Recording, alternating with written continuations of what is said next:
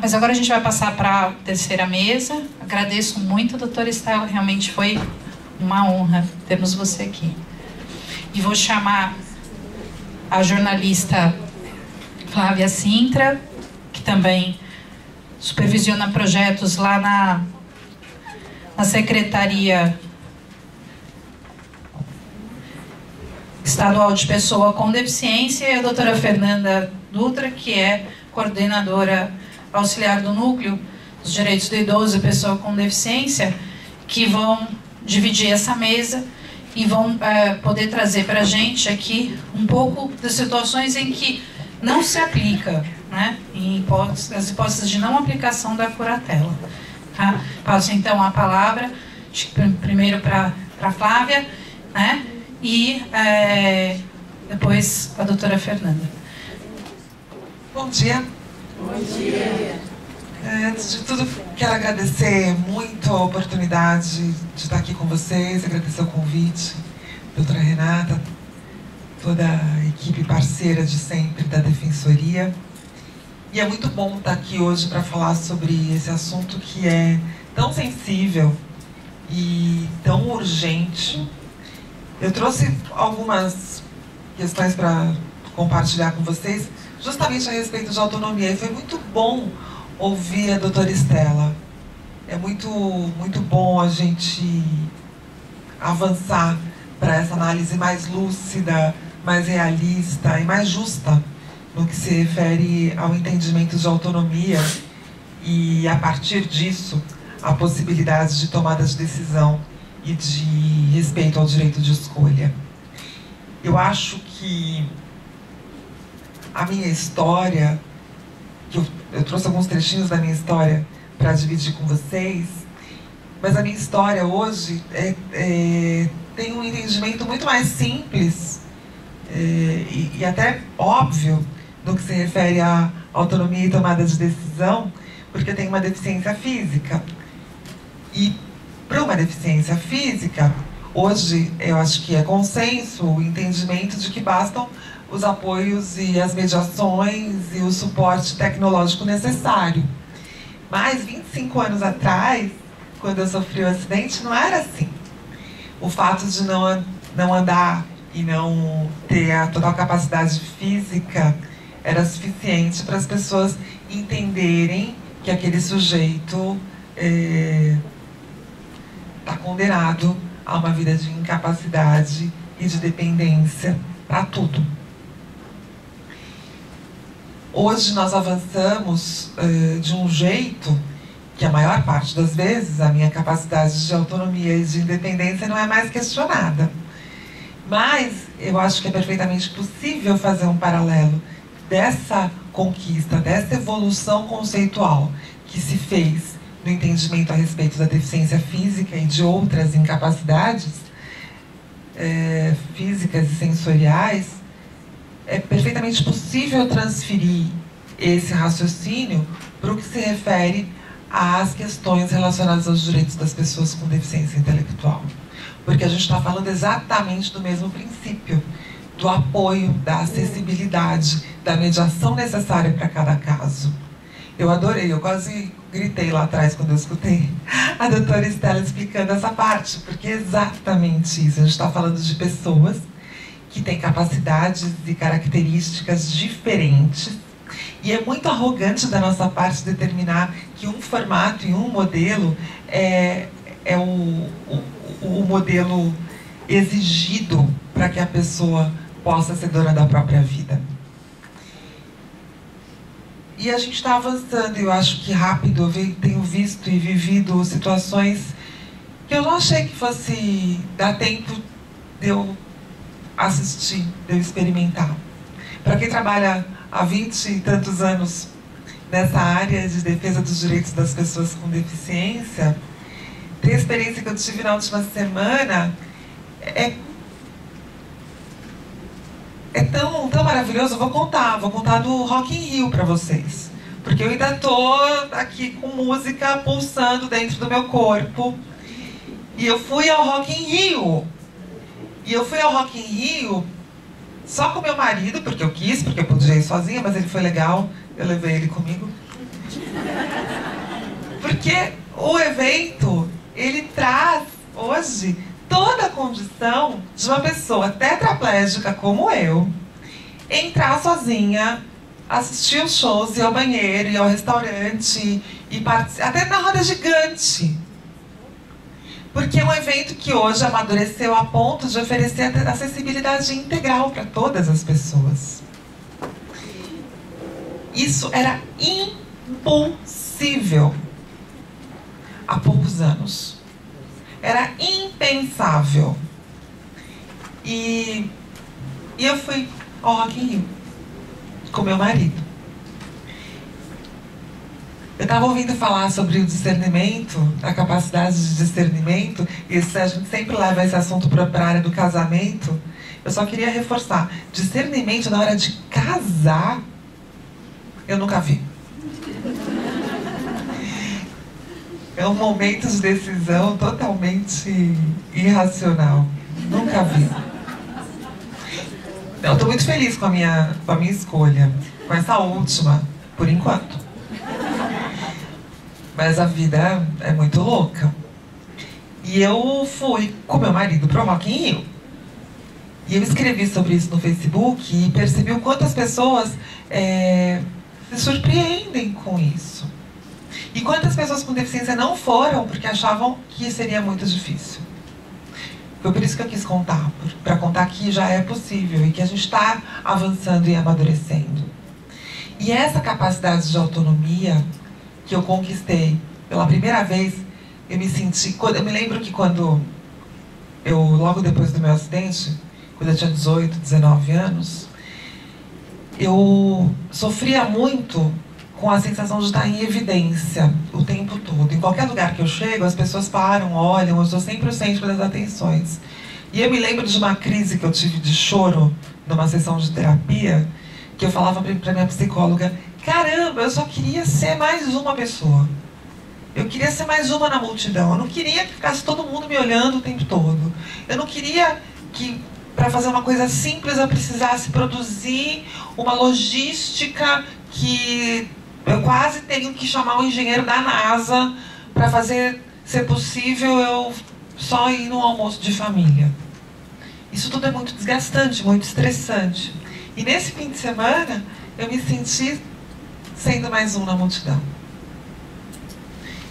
E essa sensação não tem preço. Lá eu tinha autonomia para fazer o que eu quisesse, na hora que eu quisesse, tinha banheiro adaptado, tinha acessibilidade no restaurante, tinha acessibilidade nos brinquedos, não tinha degrau em nenhum lugar. Foi incrível. E eu venho conquistando a cada década mais autonomia na minha vida, sem ter mudado em nada a minha condição física. Eu sou tão tetraplégica quanto eu era 10 anos atrás, 20 anos atrás. O que mudou, o que melhorou, foi a estrutura do meu entorno, os espaços públicos, o modo como os lugares estão sendo estruturados e reestruturados. Foi isso que mudou. O que prova que a barreira, o impedimento, não está na deficiência da pessoa. Está no modo como a sociedade funciona e no número de barreiras físicas e humanas que as pessoas com deficiência têm que vencer diariamente para fazer o mínimo, exercitar o mínimo de uma vida comum. E hoje eu dou conta de um monte de coisas.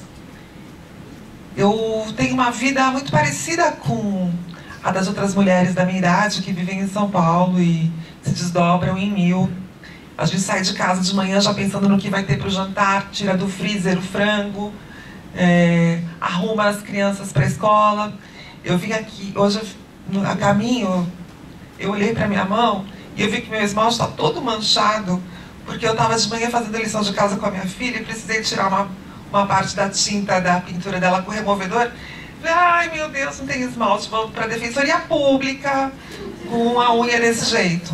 Mas já tava, né? Tô aqui com o esmalte todo manchado. Então você acorda de manhã, tira o frango da geladeira, do freezer, senta com a filha para fazer lição, atende o telefone, e aí chega um carro do meu trabalho que foi me buscar para me trazer aqui. Até aqui esse carro tem uma plataforma que me dá autonomia para entrar e sair sem ajuda. Aí cheguei aqui, tô com vocês, mas já tem um almoço reunião marcado, saindo daqui, depois uma outra sequência de reuniões lá na secretaria, ou seja, muito parecida com a vida de quase todo mundo aqui. E o marido reclamando que não deu tempo de fazer tal coisa, e eu não liguei para minha mãe. Enfim, a minha deficiência hoje não é nenhum problema na minha vida. Claro que eu adoraria poder voltar a andar, mas eu não sou menos feliz, eu não faço menos coisas, eu não aceito pouco da vida. Contei só uma parte da minha vida, tem as outras partes, mas que não cabem aqui. Hoje eu me sinto uma cidadã que exerce todos os seus direitos. Eu tenho todos os problemas que uma pessoa comum tem no exercício desses direitos. Eu tenho todas as dificuldades que qualquer pessoa tem. A minha deficiência hoje não é mais um ponto de discussão. Essa conquista de autonomia que eu levei 20 anos para alcançar, eu estou retratando para vocês como um ponto de partida para a gente pensar a respeito dessa tomada de decisão. Eu sei que é um assunto muito novo falar sobre essa questão no que se refere a pessoas com deficiência intelectual, mas é exatamente a mesma coisa. E a gente não tem o direito de definir o modo correto de pensar e de avaliar para se decidir. A vontade da pessoa, ela não está diretamente relacionada ao que nós entendemos como capacidade de discernimento. Não pode estar. Ainda que a pessoa tenha uma capacidade de avaliação diferente da que a gente considera padrão, ela tem o direito de ter a sua vontade respeitada.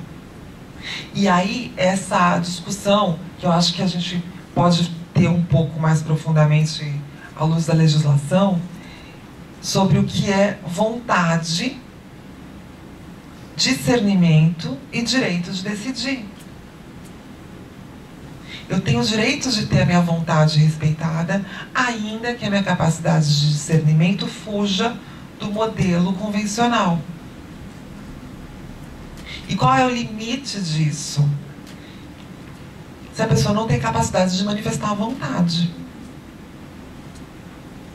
Aí cabem todos esses recursos e dispositivos de ter uma pessoa e um apoiador. Para mim, o limite é esse. Enquanto a pessoa tem capacidade de manifestar a vontade, essa vontade tem que ser considerada. Porque se a gente for manter esse modelo de padrão, de exigências, de formato humano, para merecer ser dono da própria vida, a gente vai continuar reproduzindo esse modelo de injustiça e de exclusão que trouxe a gente até aqui. É um assunto muito novo ainda. E eu sei que o desafio é grande, mas é perfeitamente possível. E a gente tem que trabalhar muito forte para romper com essas amarras e com esses estigmas que nós crescemos e fomos educados acreditando que para merecer ter direito de participar da sociedade e de decidir sobre a própria vida, a gente tem que cumprir um checklist de normalidade. Eu, que tenho uma situação hoje tão mais confortável do que as pessoas com deficiência intelectual, porque tenho a minha autonomia muito menos questionada hoje, por ter só uma deficiência física, ainda vivo uma série de questionamentos. Para vocês terem ideia, eu me separei do pai dos meus filhos em 2009, quando eles tinham 2 anos de idade. Eu tenho gêmeos. Um casal. Eu dei essa sorte. E aquelas coisas que a gente estava falando de discernimento, né? A criatura com quem eu vivi, tive 2 filhos, nós fomos para a justiça, porque ele pedia a guarda das crianças. Sob qual argumento? Um bombom para quem adivinhar. Ele é advogado. Baseado na minha deficiência. Na minha incapacidade de cuidar de 2 bebês. E eu vivi isso logo depois de ter trabalhado ativamente na elaboração do conteúdo da Convenção dos Direitos da Pessoa com Deficiência na ONU. E a gente emburrece quando acontece com a gente. Essa vulnerabilidade que a gente sente na hora que a gente é questionado sobre essa capacidade básica de autonomia. Imagina só, eu fui para frente de um juiz sabendo que aquele cara ia decidir se eu tinha ou não o direito de ser mãe e de cuidar dos meus filhos. Que medo! Por mais que eu soubesse que a gente não tinha ainda a LBI naquela época, mas tinha a convenção ratificada. Por mais que eu soubesse que eu tinha todos os direitos garantidos, por mais que eu tivesse uma vida ótima, por mais que eu... Era um homem, um juiz, que ia decidir. E se ele decide que não? Que eu não tenho mesmo condição, que a criatura tem razão, que afinal de contas eu não consigo cuidar nem de mim mesma assim, sem apoio, sem ajuda. E se ele aceita todos aqueles argumentos de que eu não posso socorrer imediatamente uma criança quando ela cai no chão,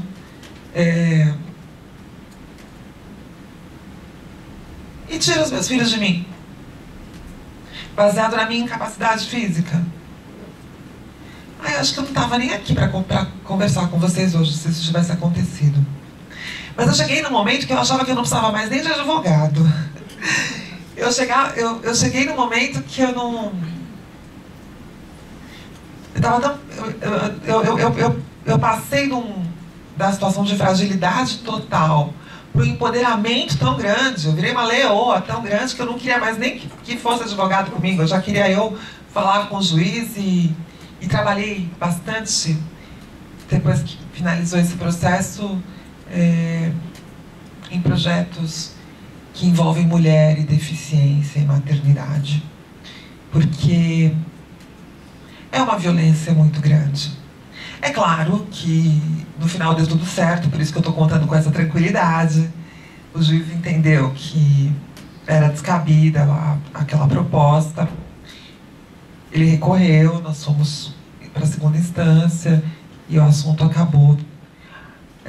Consegui fazer isso de um jeito que preservou os meus filhos o tempo todo. Eles têm uma ótima relação com o pai. Ele é um bom pai, é um cara legal, afetuoso.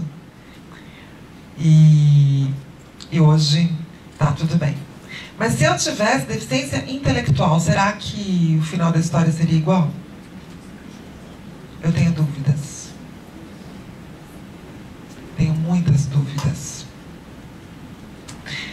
Porque tendo uma deficiência física, a situação já não foi tão tranquila como deveria ser. Se fosse uma mulher com deficiência intelectual, com alguém questionando a capacidade dela de cuidar com autonomia dos filhos.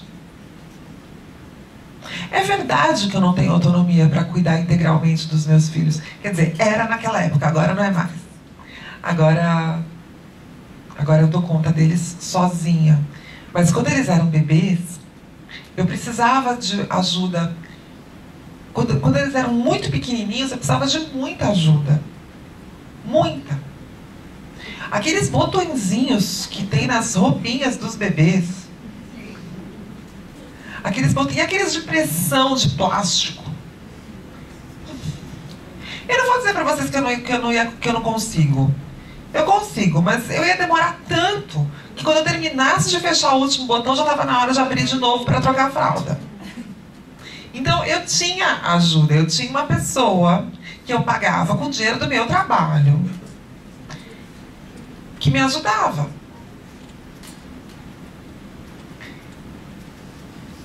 Eu tinha muito medo de acontecer alguma situação em que o Matheus ou a Mariana estivesse doente, caísse, se machucasse, e eu não pudesse socorrer imediatamente. E por isso, eu tinha uma pessoa 24 horas na minha casa, em revezamento.